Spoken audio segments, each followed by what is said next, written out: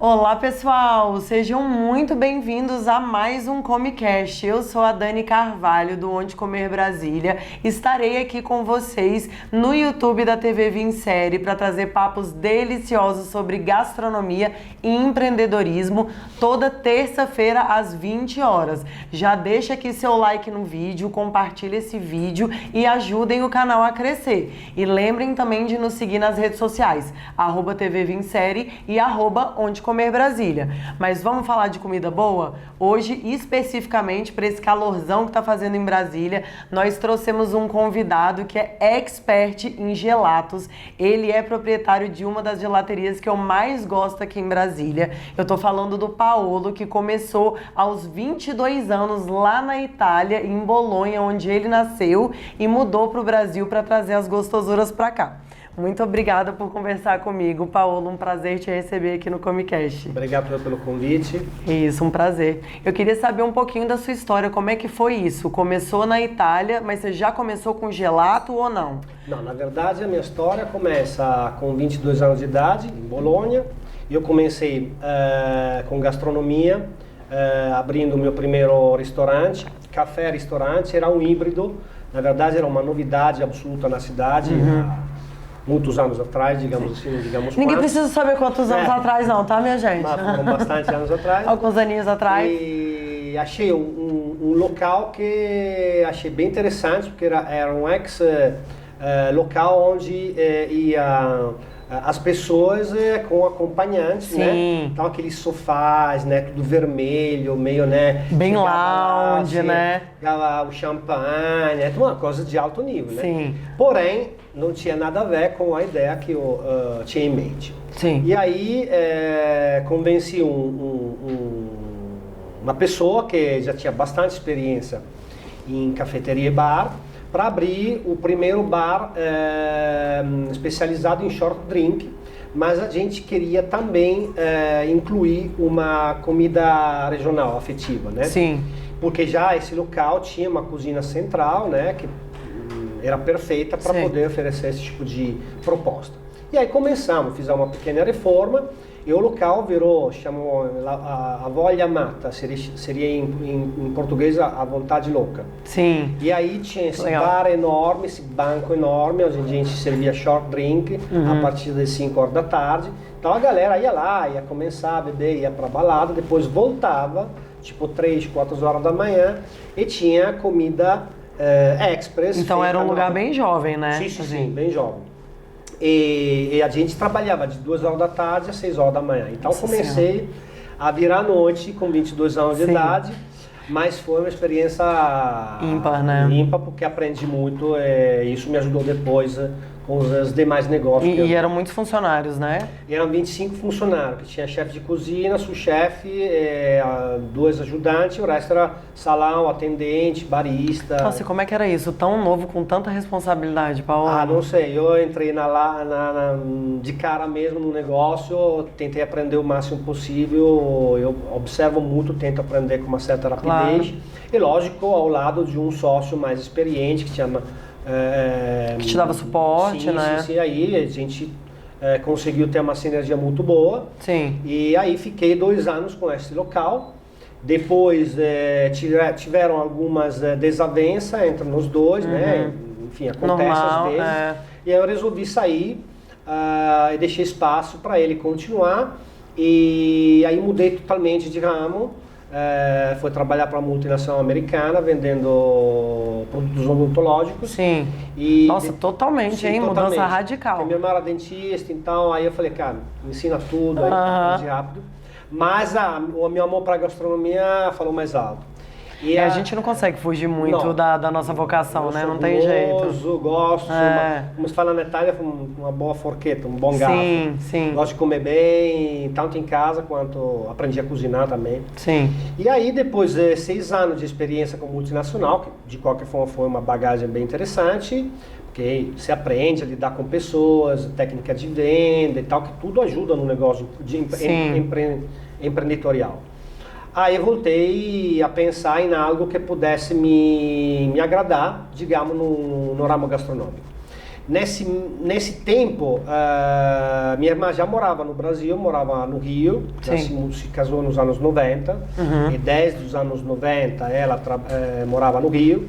Aí eu comecei, falei, minha irmã mora no Rio de Janeiro, porque eu não vou visitar ela, me parece, né? Mas até então você não conhecia o Brasil, né? Não conhecia. Aí eu falei, liguei pra minha irmã, falei, eu quero te visitar, não sei, vem pra cá, com certeza e tal. Aí começou a primeira vez, aí foram 2, 3, 4, 5. A 12ª vez que eu viajei para o Brasil, eu falei, já estava apaixonado. Pra cá, Eu estava apaixonado, o clima, as pessoas, Sim. enfim. Aí eu falei, bom, decidi. Tinha 32 anos de idade, eu falei, super novo ainda. Vou morar no Brasil, no Rio de Janeiro, porque logicamente tinha um apoio, que é minha irmã e tal. O que eu vou fazer da vida? Como é que eu vou me sustentar? Como é que é? Gastronomia, né? Pensar, falei, vou abrir uma cafeteria italiana. Que era o que você já tinha experiência. Exatamente. Aí comecei a pensar no plano de negócio, que tipo de forma, etc. E ainda o mercado do café expresso era muito verde, não era, se encontrava mais cafezinho na padaria. Eu falo de 20 anos atrás, na verdade. Um pouquinho mais de 20 anos atrás. E aí falei, mas eu acho que é muito cedo para abrir só uma cafeteria estilo europeu, sabe? Sim. Tem que colocar um valor agregado.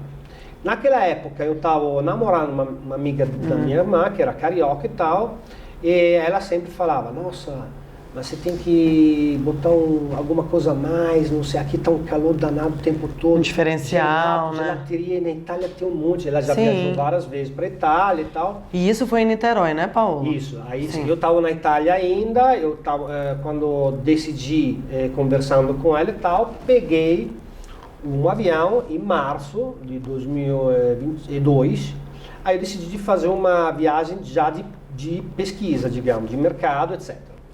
Já com a ideia de fazer esse híbrido, esse format, né? Mas não estava ainda convencido, porque gelato até então só comia pra caramba, mas gostava, mas não tinha nenhuma expertise. E parece simples, mas não é tão simples. Mas não é. Nossa, eu vejo você fazendo ali. Parece, mas não é. Aí comecei a rodar um pouquinho no Rio de Janeiro procurando gelaterias, que até então não tinha, basicamente. Aí comecei a provar qualquer tipo de sorvete, gelato. Eram mais sorvetes bem simples, né? Sim, self-service, muito self-service.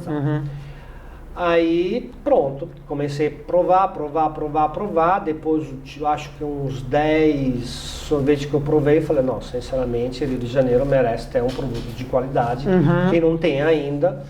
E então, vou abrir uma gelateria com o serviço de café. Então, eu inverti, basicamente, a ideia inicial, porque achei muito mais interessante e lógico. Até pelo calor, né? Exatamente. Aí eu voltei para a Itália, comecei a fazer todas as minhas pesquisas, aí eu comecei a ligar para todos os meus contatos e tal, tinha amigos que tinham gelateria e tal.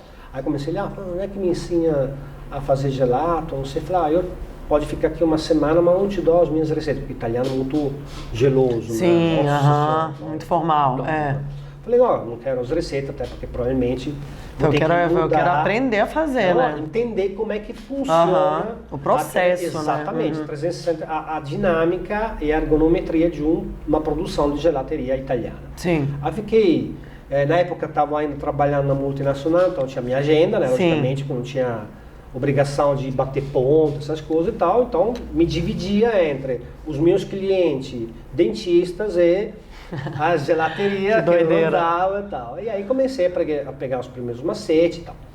Aí depois pedi as contas com a empresa, dei um pré-aviso, ajudei para arrumar outra pessoa, consegui arrumar outra pessoa, treinei essa pessoa e deixei os últimos 20 dias antes de viajar, já com passagem marcada, e fiz um curso na Itália, que eu achava o mais interessante, inclusive em Bologna, na minha cidade. De produção de gelato propriamente dito, né? Que durou uma semana, foi o full immersion mesmo, teórico e prático, e aprendi todas as bases, digamos, para começar a empreender no gelado. Sim. Ponto. E daí, peguei o meu aviãozinho, foi para Rio de Janeiro e minha irmã me hospedou, né? Falou, te dá 3 meses de tempo, depois aqui... Para você se alojar, né? Depois começa a cheirar ruim, para assim, né? Aí, irmã, né? Mas não. A brincadeira à parte, falei, não, com certeza. Vou ter meu canto, também, né? Claro. Lógico. E aí comecei a pensar o tipo de negócio para abrir, onde abrir. E a minha ideia era abrir... Comecei assim, vou abrir em Ipanema. Quando eu vi aquela realidade, falei, nossa, Ipanema. Caríssimo. Aí comecei a pesquisar. Falei, nossa, pontos absurdos. Sim. Falei, não tinha condições de... para começar, assim, é muito difícil. É uma coisa mais quando você está acendendo, né? Aí você expande, né? Agora começar já na Zona Sul é praticamente impossível. Tô falando de mudo dinheiro. Na época, a gente estava falando de quase mais de 1 milhão de investimento. Que isso, gente? Porque tem para abrir uma gelateria, pensa. Mas gelateria é um investimento viagem. Mas é porque o maquinário da gelateria é muito caro, né? As minhas gelaterias, em média, têm investimento de 500 a 800 mil reais. Surreal. Você que não entende o valor de um gelato, escuta o Paulo, gente. Para você abrir uma gelateria, o investimento inicial acima de 400 mil reais. 500 mil. Aí a pessoa quer tomar um gelato que tem todo, né, um valor agregado, não só o maquinário, mas um estudo, né?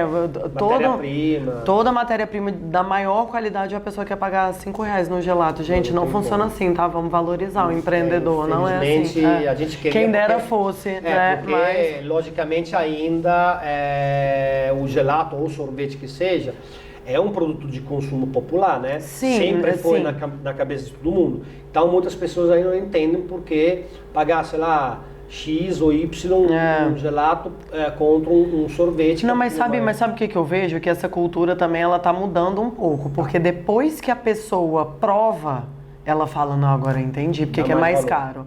Porque é muito diferente. Era até isso que eu ia, antes de você terminar a sua história, já queria tirar essa curiosidade aqui para os comicasters que estão assistindo a gente. Qual que é a diferença entre sorvete e gelato? Porque tem muita gente que não sabe.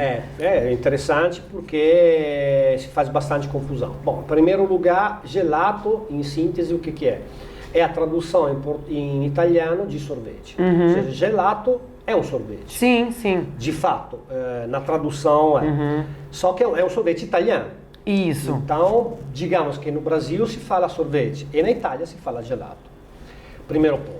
A diferença organolética e de estrutura, etc., tem, com certeza. O gelato, por ser gelato, vem de uma tradição e de uma forma de elaborar e produzir que é um pouquinho diferente respeito ao sorvete tradicional, principalmente industrializado. Sim. O que significa? Que o gelato, uma gelateria na Itália tem um princípio básico. É produzido e vendido na mesma loja. Não existe na Itália... É tudo artesanal, né? Não existe na Itália uma sorveteria ou gelateria que tem uma fábrica... Que é terceirizado, né? Terceirizado, senão estoca e depois vende, etc. Não, gelateria de verdade...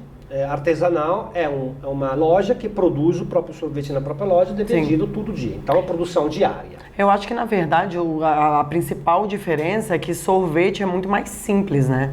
O gelato ele é muito mais elaborado, isso no Brasil, né? O gelato ele é muito mais elaborado, tanto em questão de tipos de sabor, de produção artesanal, de qualidade de insumo, até por isso que ele tem um valor mais elevado, né? Sim, claro.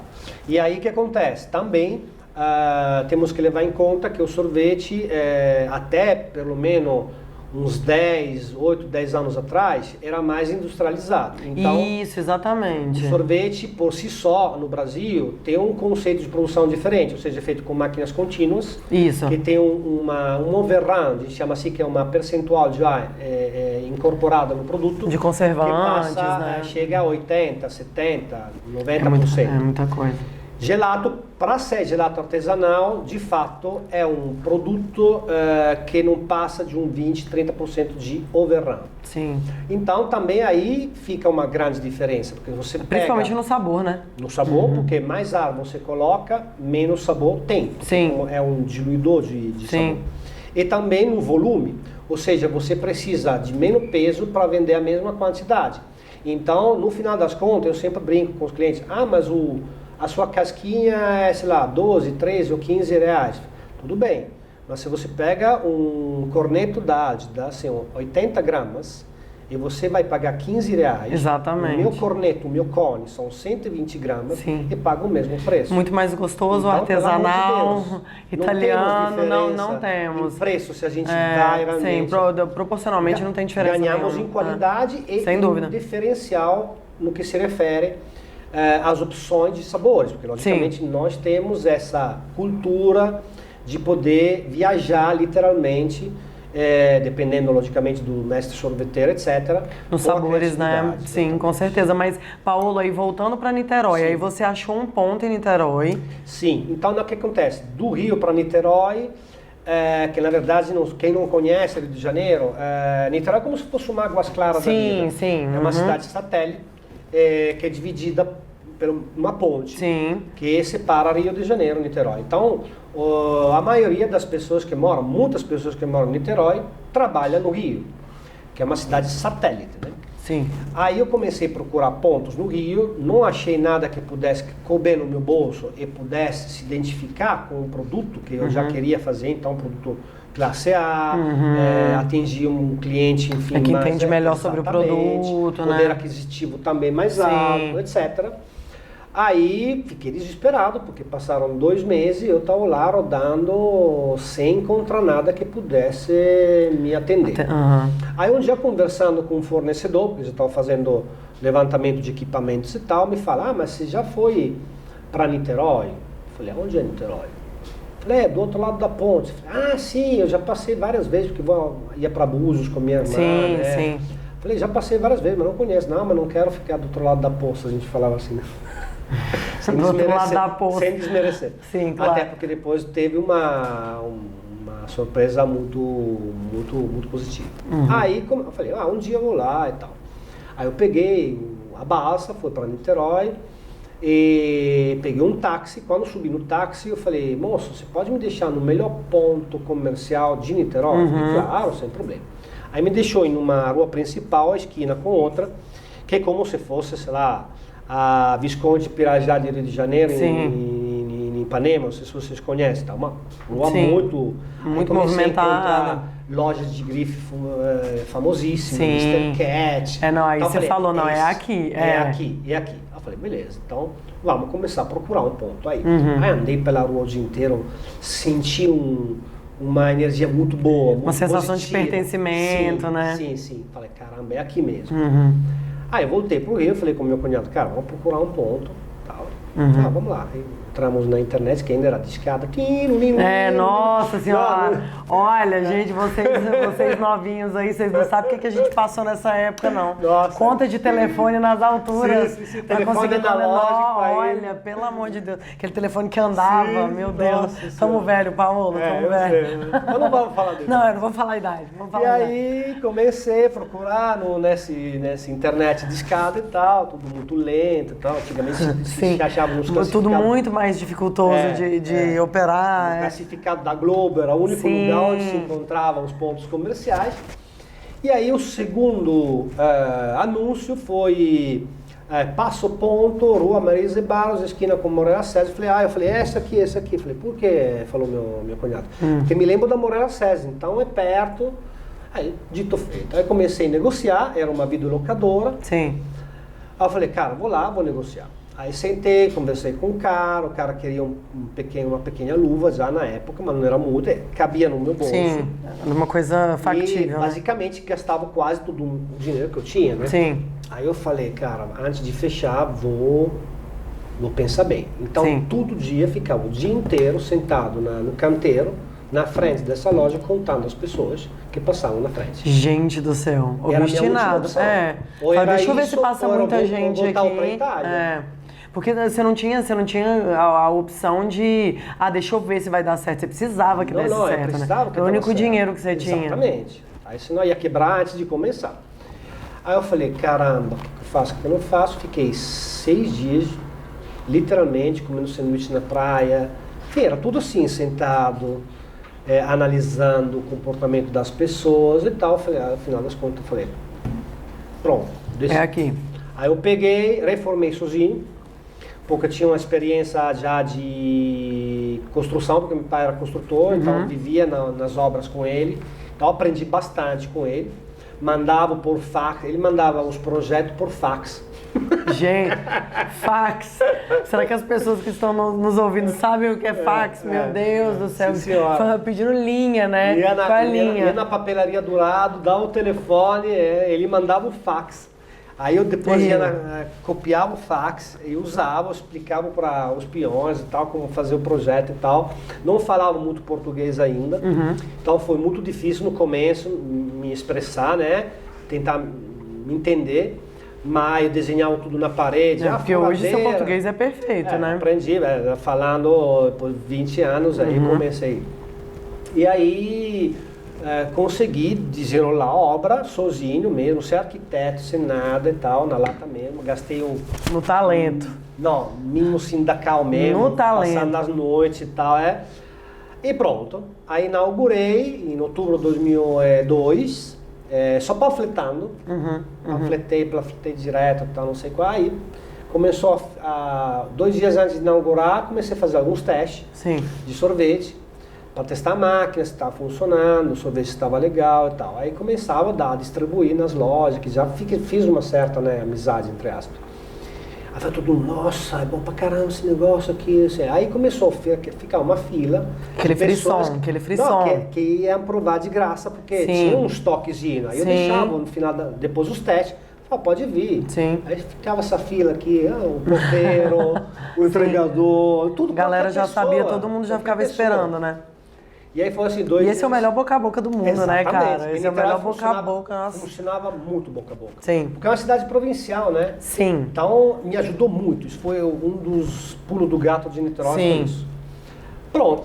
Inaugurei, abri as portas, chovendo, inclusive, me lembro ainda. Depois parou de chover, começou a encher. Foi que foi, né? Fila na esquina, começou assim, outubro, novembro. Nossa, imagina essa felicidade, cara. Não, foi um alívio. Passei mal, cara. Passei mal.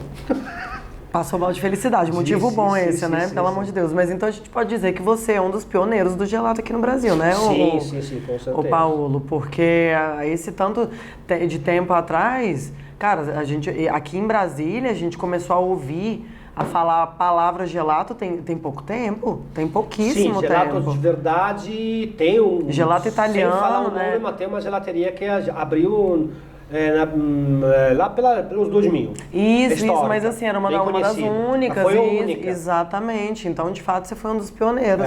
E graças a Deus, né, gente? Porque como é que a gente fica sem seu gelato? Não. Agora querendo saber, como é que foi essa ascensão sua em Niterói e o que te fez mudar para Brasília, já que a loja em Niterói estava tão bombada? Então, criei família, me casei uma vez, depois de 7 anos me separei. Sim.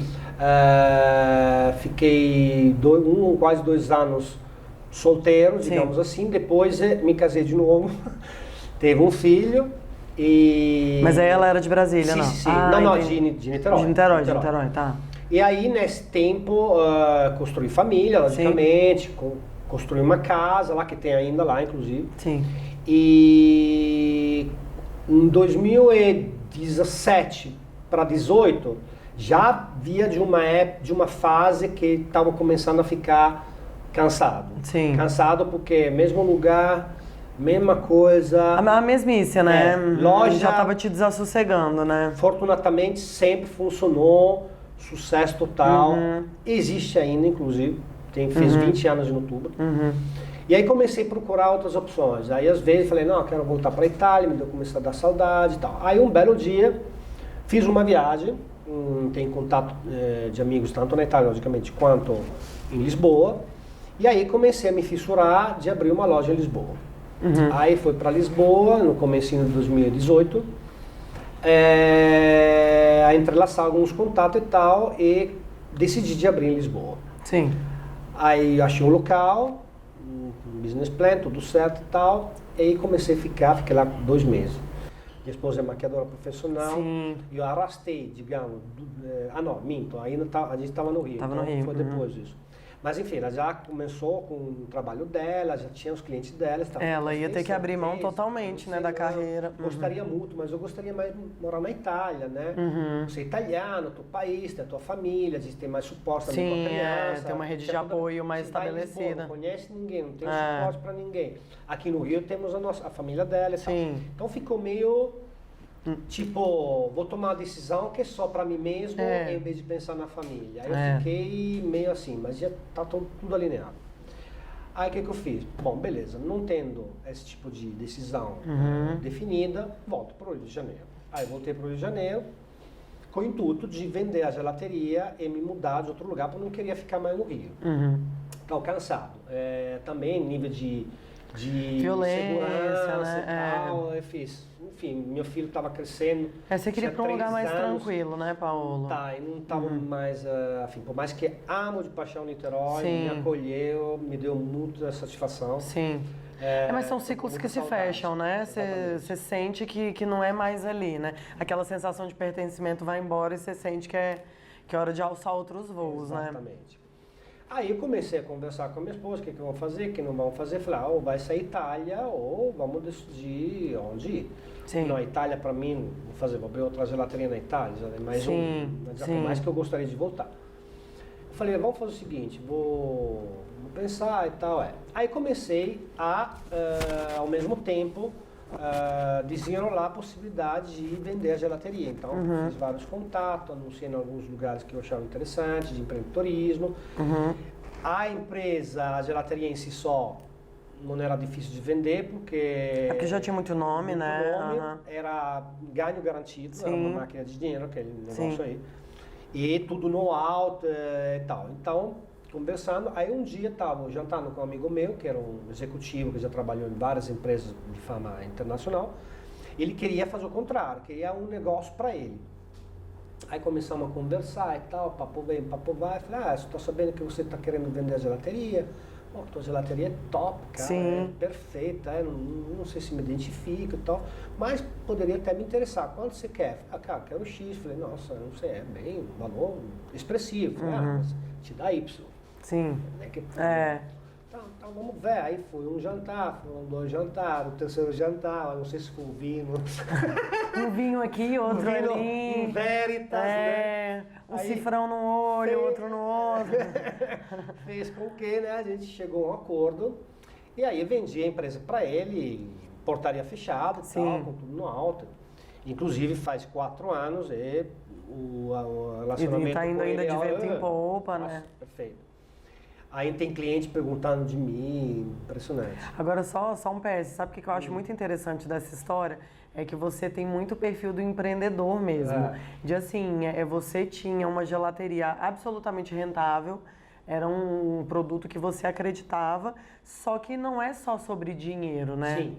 Você poderia estar lá, né, ganhando dinheiro, já era um negócio que andava sozinho. Um gerente top, tocando, exatamente. E continuar a tocar. Só que aí vem o desassossego no coração do empresário, que quer um desafio, né? A hora que a gente sente que a vida tá mais ou menos um marasmo, você fala, não, preciso de um projeto. Cara, eu vou empresário te falar, é bem assim, viu, gente? A minha personalidade não permite uma certa... fica parado. Sim, uma estabilidade. Esse desafio o tempo todo. A minha esposa sempre fala, cara, você para quieto, né? Para um segundo, mesmo quando não tem, caça alguma coisa para fazer. Sim. Tira férias e continua fazendo. Sim. É na minha personalidade. Sim. Eu não consigo ficar quieto. Sim. Então já tava, sabe, meio deprimido. Não digo deprimido. Não, mas desassossegado, né? Falou, cara, eu quero um desafio. Não tava me dando mais aquele... É aquele tesão mesmo, né? Aquela exatamente, vontade de criar, de levantar de manhã para trabalhar. É aquele adrenalina. Aquele desassossego mesmo, Não, mas aí como é que foi Brasília, Paulo? Brasília foi assim, foi uma coincidência. Que loucura foi essa? Foi Niterói, Brasília. Pois é. Porque tem amigos meus que moram em Brasília e tal. Aí comecei, tinha aniversário da minha esposa e falei, vamos passar um final de semana em Brasília. Liguei pra amiga minha e falei, não sei quem, beleza. Me recebe Marcou aí. E tal, beleza. Saímos, comecei a provar vários restaurantes, saí, andamos, vi todos os monumentos, um tour mesmo que ele levou a gente bem candango, baixo, bem candango, até cansativo, te falar. Muita coisa, Mas aí conheci vários lugares, vários aspectos da cidade e comecei a perceber o aspecto positivo da cidade, ou seja, a qualidade de vida. Ele me contou muito, né? E é uma galera que entende mais de gastronomia, né? Com gosto mais apurado. Sim, exatamente. Aí eu falei, cara, esse aqui é um lugar bem interessante, fora que me lembra muito a Europa. Porque é uma cidade extremamente verde, muito planejada, né? Planejadas. Eu já ia de uma história de 16 anos de engarrafamento doido, caótico. Cara, caos, poluição. Super tranquilo, anda pra cima e pra baixo. Falei, nossa. Aí ficou na minha memória. Aí voltei pra Niterói, aí daí comecei a falar com a minha irmã. Eu acho que Brasil Gostei de Brasília, hein? O que você achou?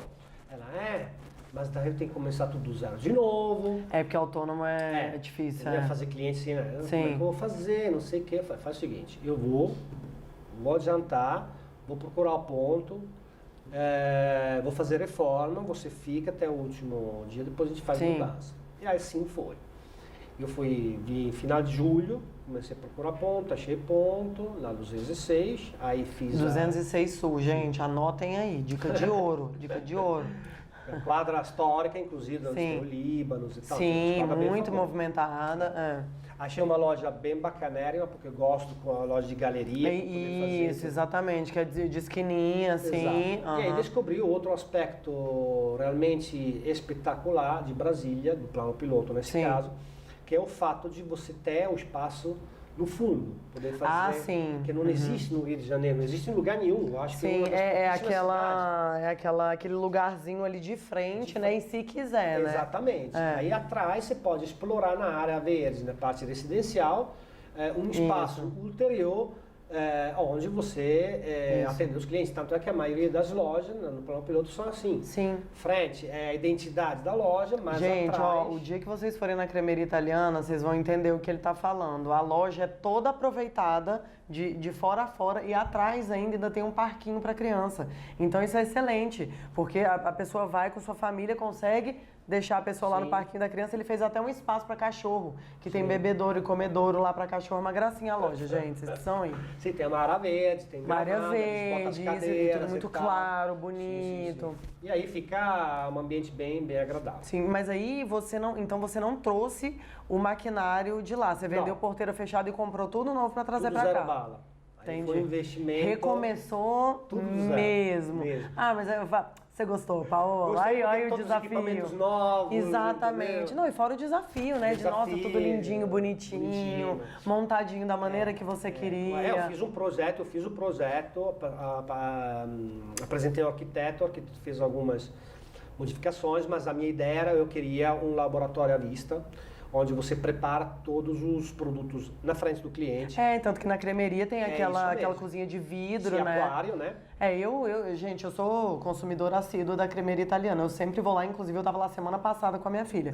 E é uma das coisas que me fascinam, porque você chega lá e tá toda a produção do gelato, as pessoas fazendo o gelato, e isso acaba se tornando um passeio de passatempo mesmo. As pessoas curtem ver. A minha filhinha mesmo fica, olha mamãe, gelato. Eu já ensinei pra ela que não é sorvete, é gelato. Aí eu levanto ela e ela fica vendo ali a produção e é muito legal. Você vê, né, que passa por uma máquina, depois passa por outra, aí depois você coloca lá e coloca a calda e tá todo um processo gigantesco que às vezes a gente nem imagina. Não, na verdade, o nosso processo é muito além do gelato, logicamente que é o nosso carro-chefe. Claro. Mas tem sobremesas. Então tudo é produzido aí.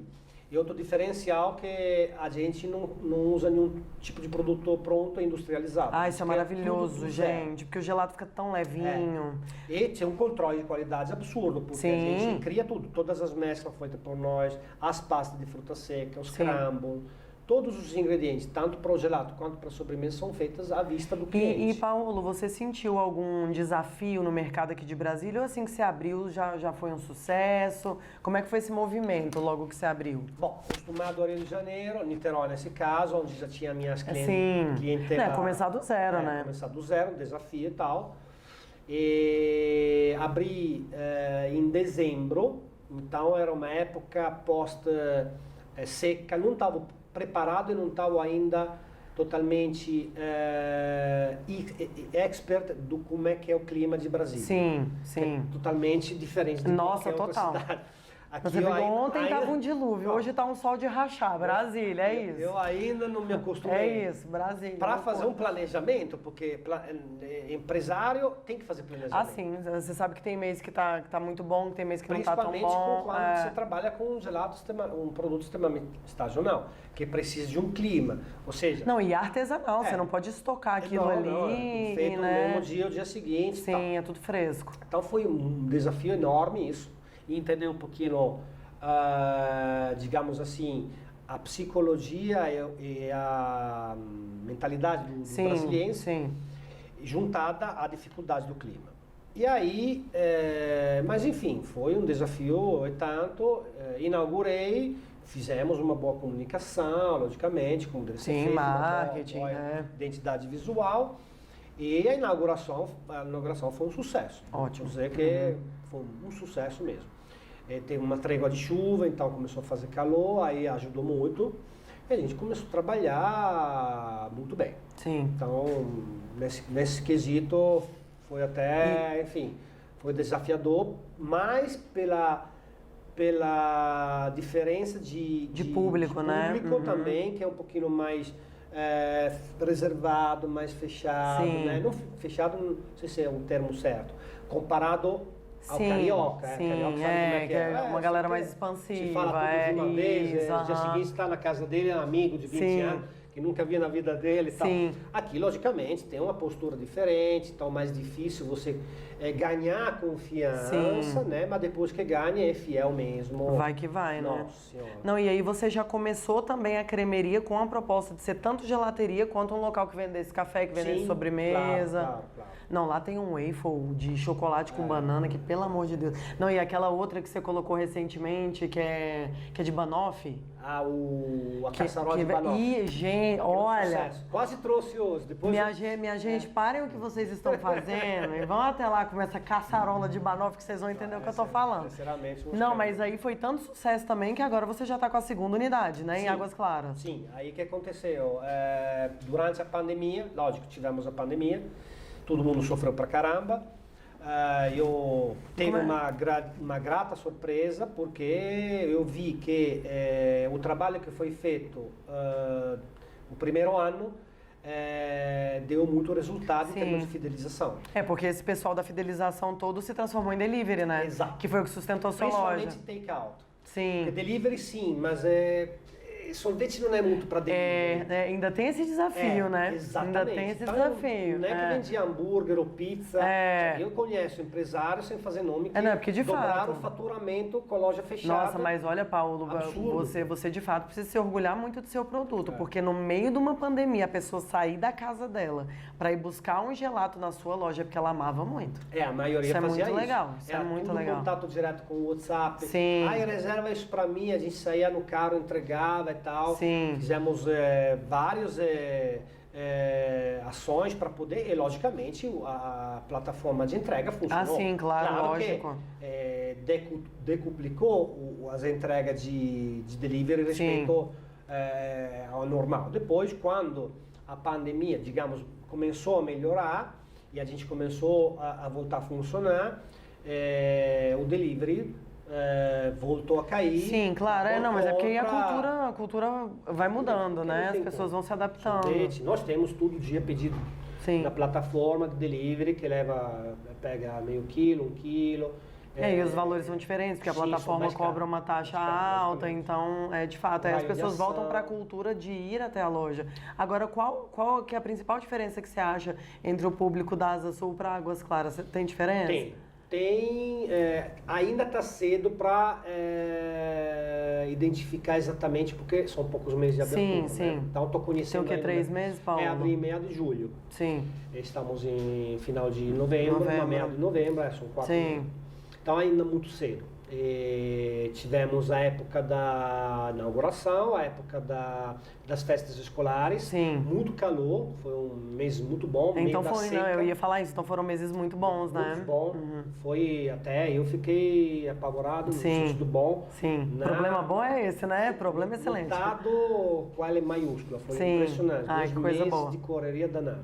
Mas foi muito bom.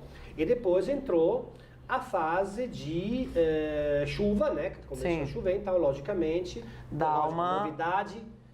Por mais que seja conhecido em Brasília, para Águas Claras é sempre uma novidade. Todo mundo quer conhecer. A curva é um clássico. Você abre, tem o pique inicial, vai, depois começa a descer. O importante é que estabilize.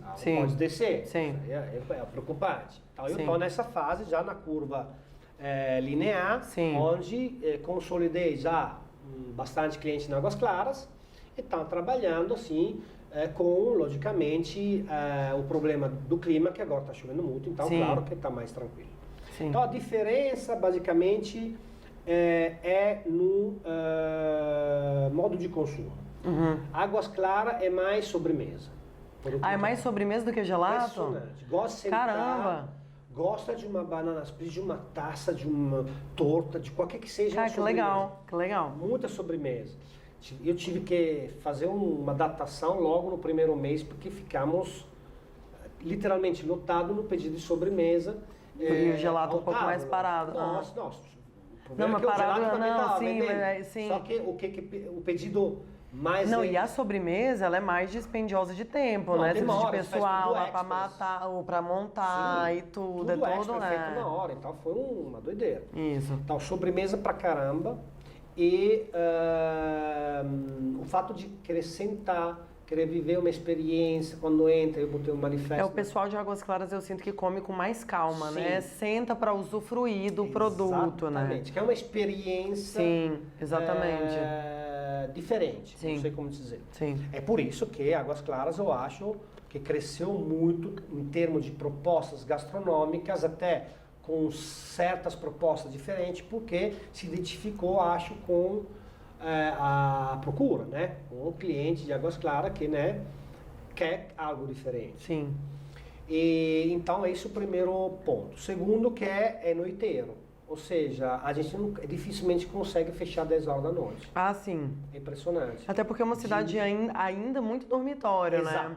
A galera chega muito depois de 7 horas da noite, quando volta do plano do trabalho, e aí que vai procurar alguma coisa para comer, para fazer, enfim. Então chega, tipo, a gente fecha nas lojas 10 horas da noite. Dificilmente a gente consegue fechar 10 horas da noite em Águas Claras, porque chega 9 horas, aí senta, começa a casa ainda tá cheia, né? 9h50 a casa tá cheia. Mas você vai mandar cliente embora? Nunca no Brasil, né? Aí começa a ficar aquele, papozinho, olha, daqui a pouco a gente vai fechar, fica à vontade, tá? Então a gente resolve de boa.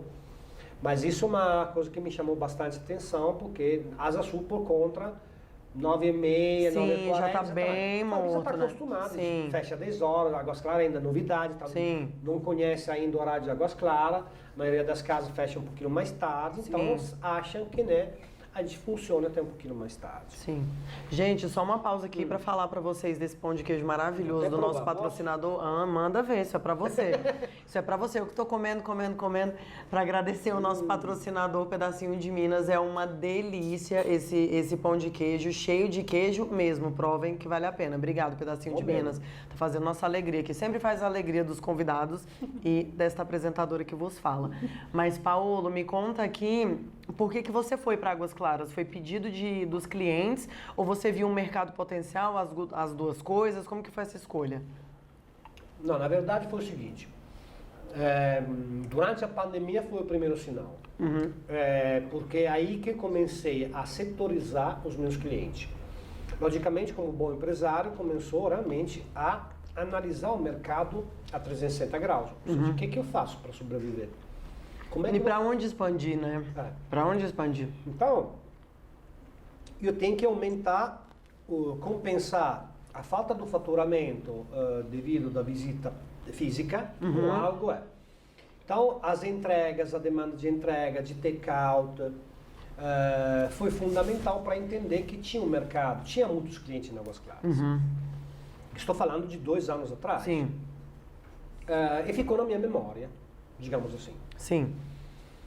Ao longo desses 2 anos de pandemia, depois reabrimos e tal, tivemos muitos feedbacks sobre Águas Claras. Ou seja, quando uma pessoa gosta de um local, de um produto... Nossa, fideliza absolutamente. Fala na tua cara. Falei, cara, tem que abrir Águas Claras. Eu sou de Águas Claras, só venho aqui porque trabalho aqui, senão não viria. Não, e o pessoal de Águas Claras, eu sou moradora de Águas Claras, viu, gente? Nós somos muito bairristas. Barista.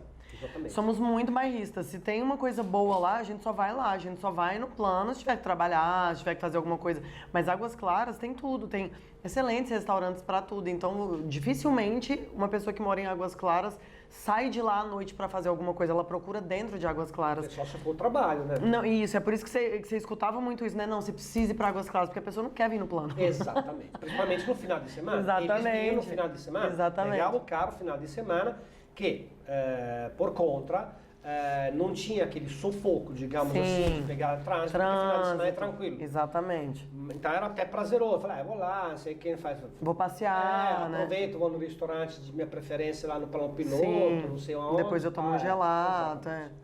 Então isso ficou muito na minha memória. E realmente percebi que tinha muitos clientes de Águas Claras, ou moradores de Águas Claras, que queriam uma cremeria em Águas Claras. Sim.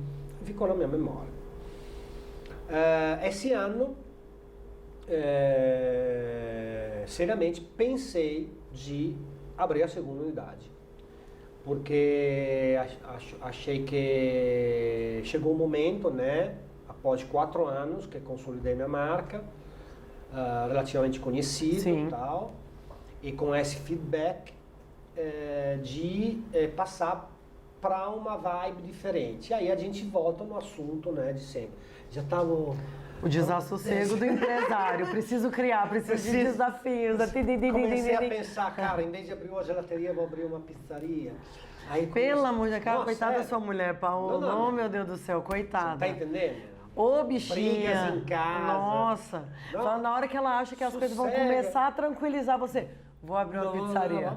Vou abrir uma gelateria em Águas Claras. Nossa Senhora. Um negócio pequenininho onde fazer 3 primos. Cara, mas a gente tá sempre criando, né? É impressionante. É impressionante. Aí eu falei, não, vamos ver. Aí comecei a procurar pontos comerciais, logicamente aonde? Eu frisei 3 pontos. Aliás, 3 pontos.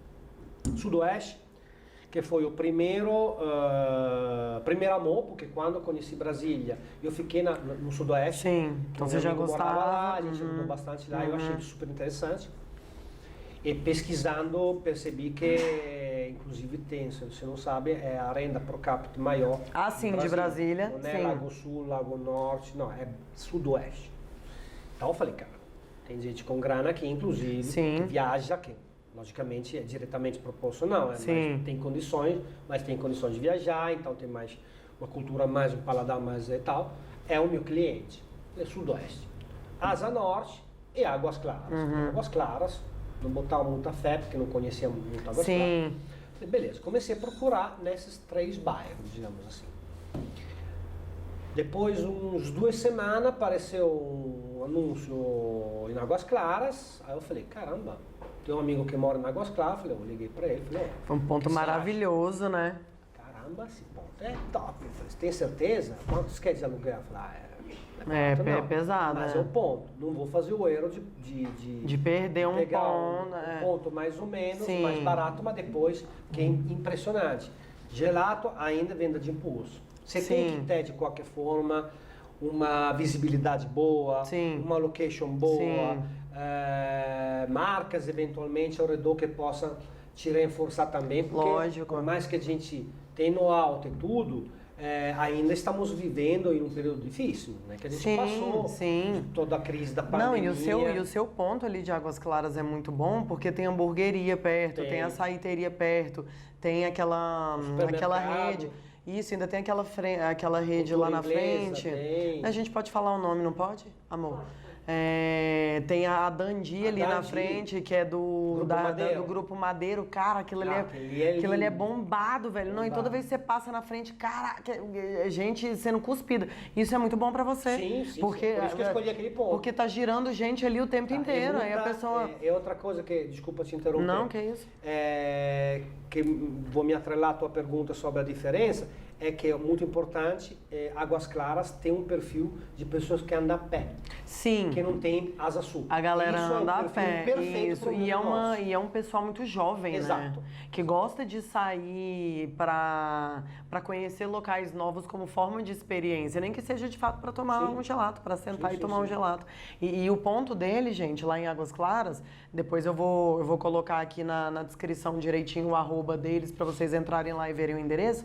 Mas é muito perto do metrô. Então quem desce do metrô e desce ali para ir para qualquer lugar, passa na frente da cremeria. Sim. Então, só isso para você já é uma propaganda. Impressionante. Aí você passa na frente da cremeria, tá uma pessoa com a taça desse tamanho de gelato. A pessoa já para lá e quer comer. Quer comer. É uma vitrine, né? Uma vitrine, de fato. Sim. E que me chamou atenção durante a obra, antes de fechar o contrato, mas principalmente durante a obra, que ficava lá direto, foi o fluxo de pessoas a pé impressionante. É impressionante. Não, você não vê isso no plano. Formigueiro. Você não vê isso no plano. Isso é característica de uma boa location para o meu negócio. Para mim é fundamental. Sem dúvida, porque sabe por quê? Porque apesar da cremeria também ter o perfil da pessoa sentar para tomar a sua sobremesa, o seu gelato, tem muita gente que tá com calor que passa lá rapidão para pegar um copinho de gelato e vai embora. Exatamente. E isso conversa muito com esse público que tá saindo do metrô. Né? A pessoa, não, passa aqui rapidão para pegar um gelato e vou continuar meu caminho. E nisso você vai vendendo. E a coisa vai. E isso foi exatamente digamos, das dificuldades no começo de entender no plano, na 206, porque era totalmente diferente. Não, a pessoa para de carro, vai de carro, estaciona. E aí é um tipo de marketing totalmente diferente. Você que sabe melhor que eu, você conhece. É um tipo de marketing assunto, né? totalmente diferente. Gente, engraçado, obviamente vocês sabem, né, que eu sou do Onde Comer Brasília, já sigam lá, @Onde Comer Brasília. Um dos meus posts mais bombados da página foi da cremeria. É verdade. Numa época da pandemia, em que eu tava divulgando o take-out, e aí o Paolo me mandou um gelato que hoje é meu preferido, não tem pra ninguém. Cremelo. Que é o cremelo. Cremelo maravilhoso, daqui a pouco você vai me... Foi um... Olha, e foi um vídeo assim, Sim. Sabe aquele food porn maior da vida? Sim. Esse. Uma caixinha viralizou absurdamente, uma caixinha de isopor. O cremelo tem aquela camada de caramelo. Eu peguei a colher, puxei, cara, deu aquela liga de caramelo.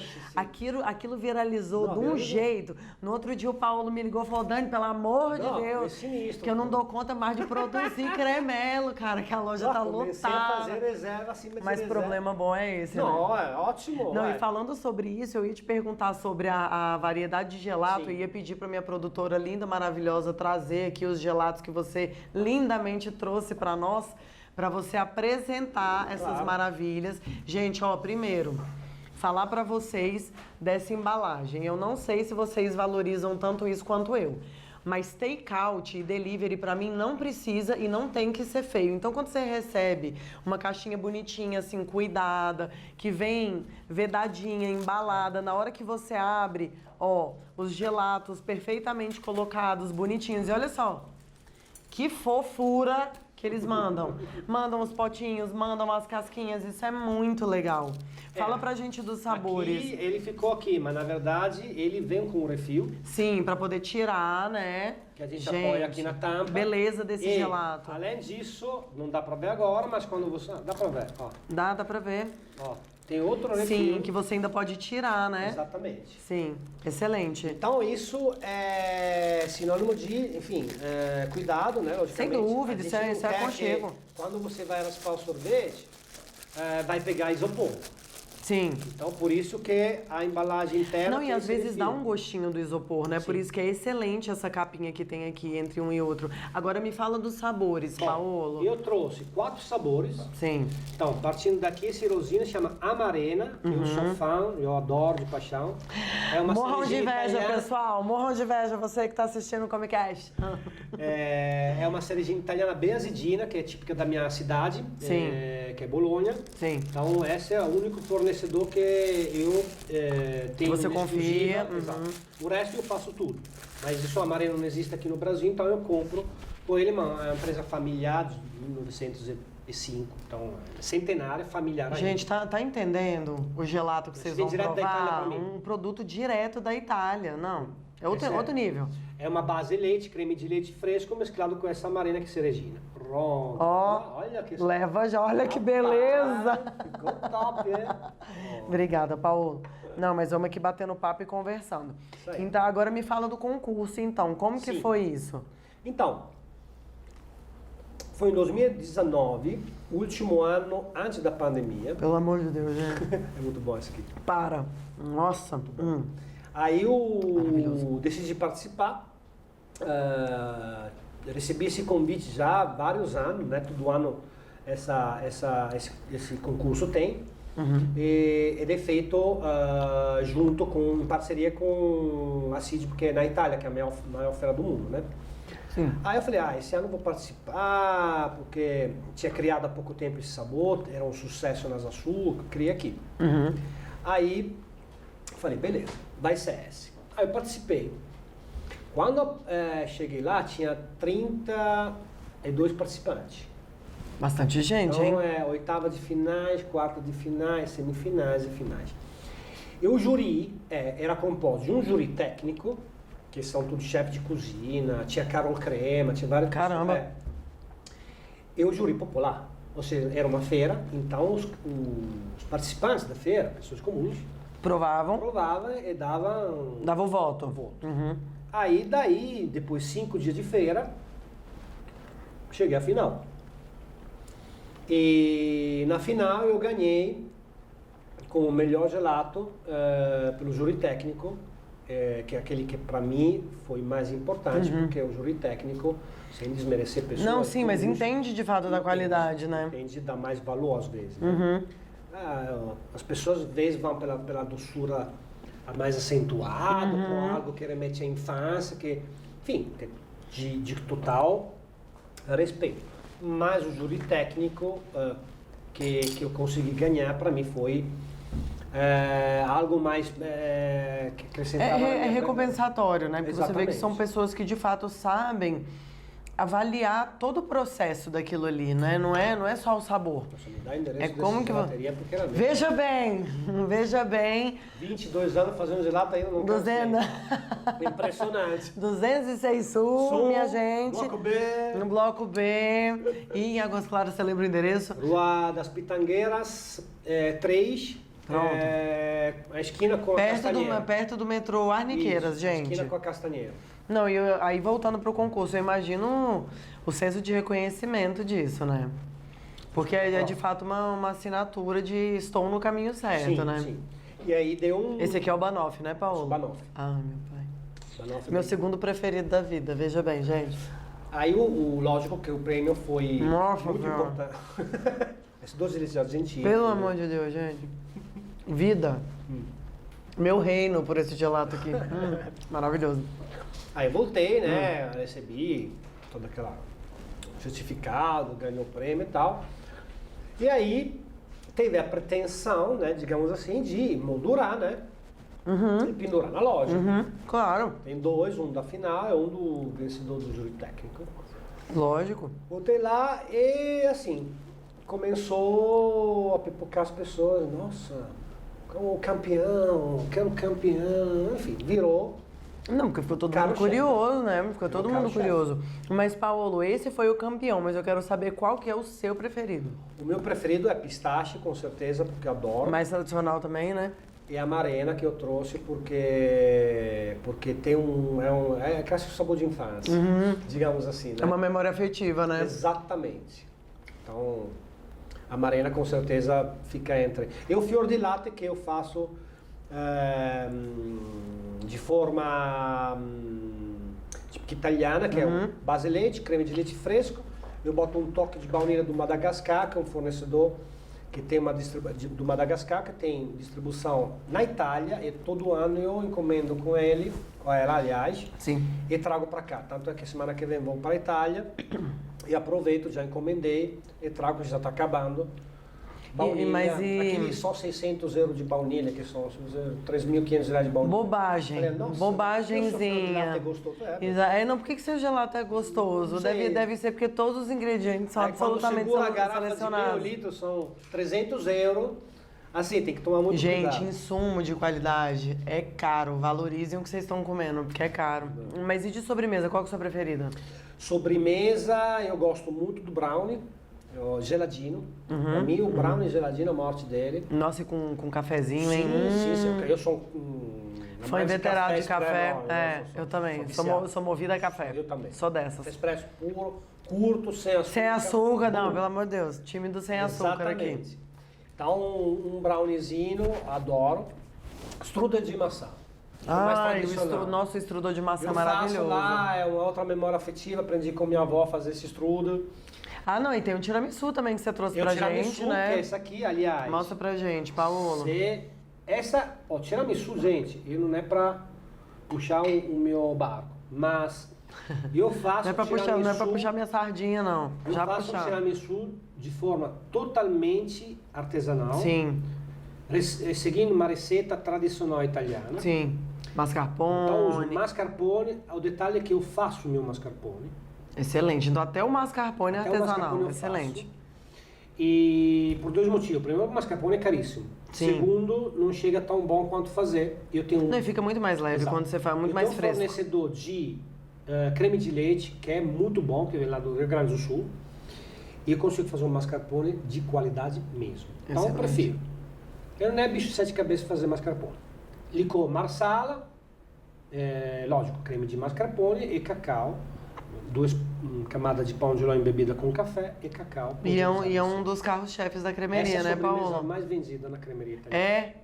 Gente, que beleza, hein? Porque é um tiramisu de verdade. Sim, tiramisu de verdade, prático, preço bom, super leve, muito prático. Bom, posso falar? Porque... Não pode, não, preço é bom comparado. Exatamente. E é uma sobremesa tranquila de você passar, pegar e levar. Essa aqui é a forma para viagem, que é servida assim. Sim. Então você leva, aí você pode em casa simplesmente encaixar, vira um pratinho. Olha só que legal, super prático. Na loja, para consumação na loja, temos um potinho um pouquinho maior de vidro, que é aquele de hermético. Eu lembro. As pessoas gostam, é uma experiência bem... Sim, de fato. Bem interessante. Ai, Paulo, eu vou provar, você acha? Você mostra a cremosidade. Peraí, tem uma colherzinha aqui. Aí, ó. Gente, olha isso, minha gente. Olha só. Isso aqui é leve. Isso aqui é coisa de qualidade, minha gente. Esse é um tiramisu. Não tem condição um negócio desse aqui. Eu tiramisu me garanto. Não, mas pode se garantir, cara. Ele é muito leve. Ele é muito leve. Não, e eu sempre falo isso. Claro que isso é muito gosto pessoal. Sim, claro. Mas o meu gosto é de sobremesa, assim, doce na medida certa. Justamente. Coisa que é doçona demais, eu como 2 colheradas e falo, ai, não. Essa é uma característica nossa. Então, quando é leve, Itália, assim, tá? Sim. Não, é por isso que eu gostei muito da sobremesa de gelato de lá, é por isso. Porque a gente tenta maneirar, tem uma cultura onde a gente usa o açúcar na medida certa. Sim, exatamente. Não é uma sobremesa a nível geral, todas Não, para você conseguir comer a sobremesa toda, de fato, né? Ai, Paulo, o nosso papo foi muito interessante. Eu quero te agradecer pela presença, principalmente por todos esses mimos. Foi uma alegria saber um pouco mais da sua história e muito inspiradora. Gente, vocês que têm perfil empreendedor, vocês acham que não dão conta de começar em meio à dificuldade? Olha só, este homem saiu da Itália, deixou família, constituiu família no Brasil, criou uma das gelaterias mais bombadas do Rio de Janeiro, vendeu, recomeçou em Brasília e hoje tem uma das cremerias, uma das gelaterias mais importantes do cenário da capital. Olha só que história inspiradora. Obrigada, viu, Paulo? Obrigado você. Amei o nosso papo e amei os sorvetes. Vou levar tudo agora pra comer em casa. Não vou dar pra ninguém aqui, viu, gente? Brincadeira, eu vou sim. Obrigada pela presença de vocês, obrigado pela audiência. Lembrem que toda terça-feira, às 20 horas, eu vou receber um convidado especialíssimo pra falar do que todo mundo gosta, comer. Vem comigo, até semana que vem. Um beijo. Tchau, tchau. Tchau.